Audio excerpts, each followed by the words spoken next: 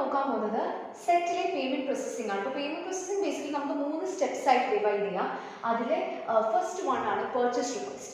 So purchase റിക്വസ്റ്റിലേക്ക് നമുക്ക് 4 parts ആയിട്ട് divide ചെയ്യാം. ഒന്ന് initiate request, initiate response, purchase request and purchase response. നമ്മൾ ഇവിടെ ഒരു കമ്മ്യൂണിക്കേഷൻ നടക്കുന്ന ആരൊക്കെ തമ്മിലാണ്? കാർഡ് ഹോൾഡറും മെർച്ചന്റും തമ്മിലാണ് ഇവിടെ കമ്മ്യൂണിക്കേഷൻ നടക്കുന്നത്.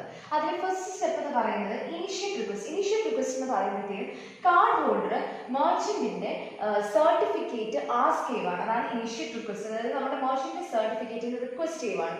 അതാണ് ഫസ്റ്റ് സ്റ്റെപ്പ് വരുന്നത്.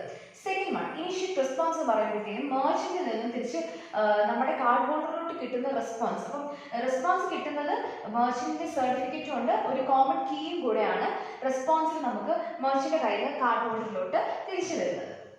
ഇനി തേർഡ് വൺ എന്നാണ് പർച്ചേസ് റിക്വസ്റ്റ്. പർച്ചേസ് റിക്വസ്റ്റിന്റെ ഒരു സെക്ഷൻ ആണ് നമ്മളിവിടെ കാണുന്നത്. ഇത്രയും എന്ന് പറയുന്നത് മെർച്ചന്റ് റിസീവ് ചെയ്യുന്നത്, മെർച്ചന്റ് അയക്കാനുള്ള ഒരു പ്രിപ്പറേഷൻ, മെർച്ചന്റ് റിസീവ് ചെയ്ത് കഴിഞ്ഞിട്ടുള്ളത് എന്താണെന്നുള്ളതാണ് ഇപ്പുറത്ത് കൊടുത്തിരിക്കുന്നത്.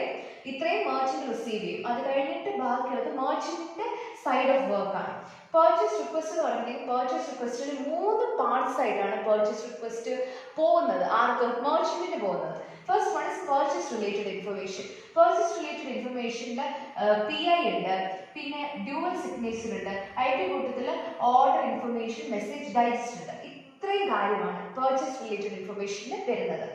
രണ്ടാമത് order related information. Order related information അത് PIMD ഉണ്ട്, OI ഉണ്ട്, പിന്നെ ഡ്യുവൽ സിഗ്നേച്ചർ ഉണ്ട്. ഇത്രയും കാര്യങ്ങളാണ് നമ്മുടെ പർച്ചേസ് റിക്വസ്റ്റിന്റെ ഫസ്റ്റും സെക്കൻഡും പാർട്ട്. തേർഡ് പാർട്ട് എന്ന് പറയുന്നതാണ് കാർഡ് ഹോൾഡറിന്റെ സർട്ടിഫിക്കറ്റ്.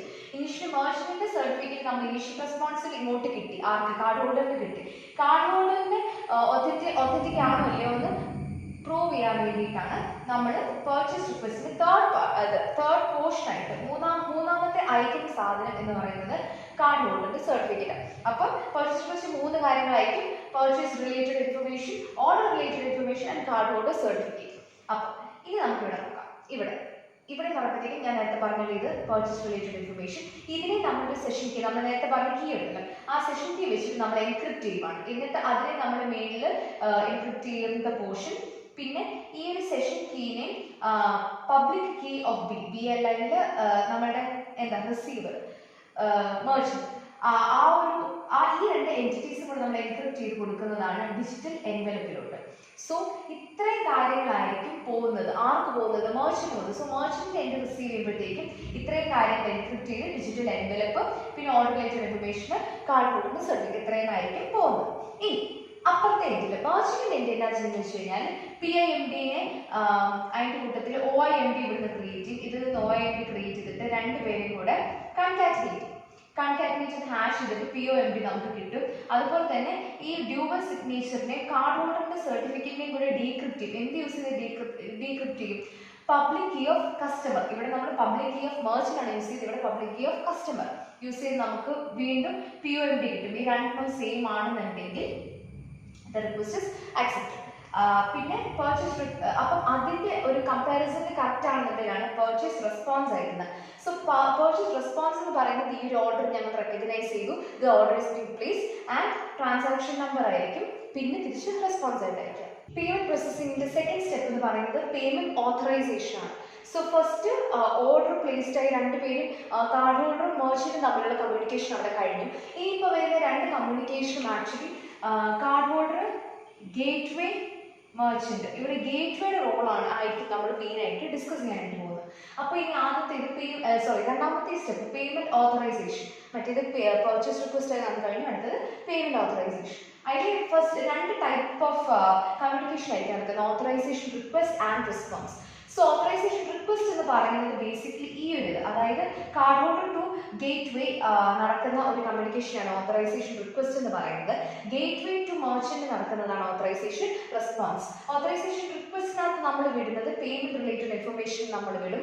അതിനുള്ള ഓഥറൈസേഷൻ റിലേറ്റഡ് ഇൻഫർമേഷൻ, അതായത് നമ്മുടെ ട്രാൻസാക്ഷൻ ID വിത്ത് മെർച്ചന്റിന്റെ പ്രൈവറ്റ് കീ, നമ്മൾ നേരത്തെ യൂസ് ചെയ്ത സെഷൻ കീ, ഡിജിറ്റൽ എൻവലപ്പ്, ഇത്രയും കാര്യങ്ങൾ യൂസ് ചെയ്ത് ഒരു ബ്ലോക്ക് ക്രിയേറ്റ് ചെയ്തിട്ടായിരിക്കും ഓഥറൈസേഷൻ റിലേറ്റഡ് ഇൻഫർമേഷൻ നമ്മൾ കൊടുക്കുന്നത്, ഗേറ്റ്വേക്ക് കൊടുക്കുന്നത്. അതിന്റെ കൂട്ടത്തിൽ മെർച്ചന്റിന്റെ സർട്ടിഫിക്കറ്റ്, കാർഡ് ഹോൾഡറിന്റെ സർട്ടിഫിക്കറ്റ്, മെർച്ചന്റ് നേരത്തെ കമ്മ്യൂണിക്കേറ്റ് യൂസ് ചെയ്ത കീ, ഇത്രയും കാര്യങ്ങൾ ഗേറ്റ്വേയിലോട്ട് കൊടുക്കുകയാണ്. അപ്പം ഇത്രയും കാര്യങ്ങൾ ഫസ്റ്റ് തിങ് കാർഡ് ഹോൾഡറിന്റെ ഒരു ഒത്തന്റിസിറ്റി പ്രൂവ് ചെയ്യാൻ അതിന്റെ കൂടുതൽ ഗേറ്റ് വേക്ക് അടുത്ത് കമ്മ്യൂണിക്കേറ്റ് ചെയ്യുന്നത് മെർച്ചന്റുമായിട്ട്. സോ ആ കമ്മ്യൂണിക്കേഷൻ ആയിട്ട് കുറച്ച് കാര്യങ്ങൾ ആവശ്യമുണ്ട്. അതിനായിട്ടാണ് നമ്മൾ ഇത്രയും കാര്യങ്ങൾ ഗേറ്റ് വേക്ക് പ്രൊവൈഡ് ചെയ്യുന്നത്. അതാണ് ഫസ്റ്റ് പാർട്ട് വരുന്നത് ഓത്തറൈസേഷൻ റിക്വസ്റ്റ്. അടുത്ത ഓത്തറൈസേഷൻ റെസ്പോൺസ്. അതിന് എഗെയിൻ ഓത്തറൈസേഷൻ റിലേറ്റഡ് ഇൻഫർമേഷൻ ആണ് കൊടുക്കുന്നത്. ഒരു ബ്ലോക്ക് ആണ്. ആ ബ്ലോക്കിനകത്ത് പക്ഷേ വരുന്നത് അതായത് GT അതായത് ഗേറ്റ് വേ ടു മെർച്ചന്റ് വരുന്നത് ഓത്തറൈസേഷൻ റിലേറ്റഡ് ഇൻഫർമേഷൻ. അതൊരു ഒത്തന്റിക്കേഷൻ ബ്ലോക്ക് ആയിരിക്കും with the private key of the gateway. പിന്നെ ഒരു പുതിയ സെഷൻ കീ കാണും അവർക്ക് കമ്മ്യൂണിക്കേറ്റ് ചെയ്യാൻ. പിന്നെ ഡിജിറ്റൽ ആയിരിക്കും. അപ്പോൾ ഇത്രയും കാര്യങ്ങളായിരിക്കും. ഇവിടെ പുതിയതായിട്ട് സംഭവം വരുന്നത് ക്യാപ്ചർ ടോക്കൺ ഇൻഫർമേഷൻ. ആൻഡ് അത് ലേറ്റർ സ്റ്റെപ്സിലായിരിക്കും യൂസ് ചെയ്യുക. ക്യാപ്ചർ ടോക്കൺ ഇൻഫർമേഷൻ എന്ന് പറയുന്നത് നമ്മുടെ ട്രാൻസാക്ഷൻ ഐ ഡി കാര്യങ്ങളൊക്കെ ലൈക്ക് ഒരു പർച്ചേസ് റിലേറ്റഡ് ആയിട്ടുള്ള കാര്യങ്ങളൊക്കെ അല്ലെങ്കിൽ ഇപ്പോൾ ഒരു പേയ്മെന്റ് കിട്ടാനായിട്ട് ക്യാപ്ചർ ചെയ്യാനായിട്ടുള്ള ആവശ്യമുള്ള ഇൻഫർമേഷൻ ആയിരിക്കും ക്യാപ്ചർ ടോക്കൺ ഇൻഫോയിൽ കൊടുത്തിട്ടുണ്ടാവും. പിന്നെ സർട്ടിഫിക്കറ്റ് ഗേറ്റ് വേഡ് സർട്ടിഫിക്കറ്റ് ആണ് ഇവിടെ സൂചിപ്പിക്കുന്നത്. പേയ്മെന്റ് ഓത്തറൈസേഷൻ കംപ്ലീറ്റ് ചെയ്ത് കഴിഞ്ഞാൽ നമ്മൾ ലാസ്റ്റ് സ്റ്റെപ്പിലോട്ട് പോവാണ് payment capture. Payment capture as fund കിട്ടാനായിട്ട് അതായത് മെർച്ചന്റ് ഫണ്ട് അക്സെപ്റ്റ് ചെയ്യാനായിട്ടുള്ള ഒരു മെത്തഡോളജിയാണ്. ഇതിനകത്ത് എങ്ങനെയാണെന്ന് വെച്ച് കഴിഞ്ഞാൽ ക്യാപ്ചർ റിക്വസ്റ്റ് ഉണ്ട്, ക്യാപ്ചർ റെസ്പോൺസസ്. ക്യാപ്ചർ റിക്വസ്റ്റിനകത്ത് എന്താ പറ്റുമെന്ന് വെച്ച് കഴിഞ്ഞാൽ നമുക്കൊരു ക്യാപ്ചർ റിക്വസ്റ്റ് ബ്ലോക്ക് വരും. അതിനകത്ത് പേയ്മെന്റിന്റെ എത്രയാണ് അമൗണ്ട് എന്നും ഐഡിയും ആയിരിക്കും കൊടുക്കുക.